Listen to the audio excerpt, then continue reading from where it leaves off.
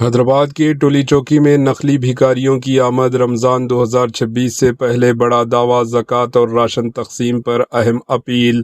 ٹولی چوکی میں مبینہ نقلی فیک بھکاریوں کی آمد، رمضان 2026 سے پہلے دوسرے اسٹیٹ سے بڑی تعداد میں افراد کی آمد کا امکان، زکوٰۃ اور راشن کی تقسیم سے قبل جانچ کی اپیل، ایک ہی فیملی کے متعدد آدھار کارڈ استعمال کرنے کے کئی الزامات۔ رمضان المبارک 2026 کی آمد سے قبل ٹولی چوکی اور حیدرآباد کے مختلف علاقوں میں مبینہ طور پر نقلی بھکاریوں کی آمد کی خبریں سامنے آ رہی ہے۔ مقامی افراد کا کہنا ہے کہ ہر سال کی طرح اس بار بھی رمضان المبارک سے پہلے بڑی تعداد میں لوگ شہر حیدرآباد کا رخ کر رہے ہیں۔ کچھ ذرائع کا دعویٰ ہے کہ تقریباً 80,000 سے زائد افراد دیگر ریاستوں جیسے کرناٹکا، آندھرا پردیش و دیگر پڑوسی ریاستوں سے آ کر مختلف علاقوں میں قیام پذیر ہوئے ہیں، تاہم سرکاری طور پر اس تعداد کی تصدیق نہیں ہوئی۔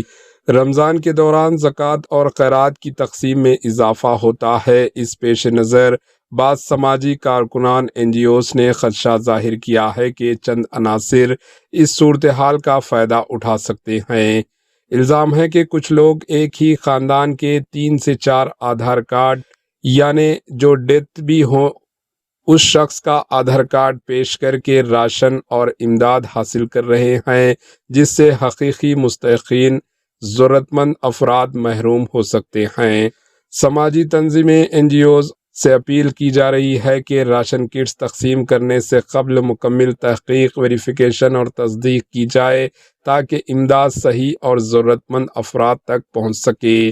انتظامیہ سے بھی مطالبہ کیا جا رہا ہے کہ وہ صورتحال کا جائزہ لے اور اگر کوئی بے ضابطگی ہو رہی ہو تو اس کے خلاف مناسب کارروائی کرے۔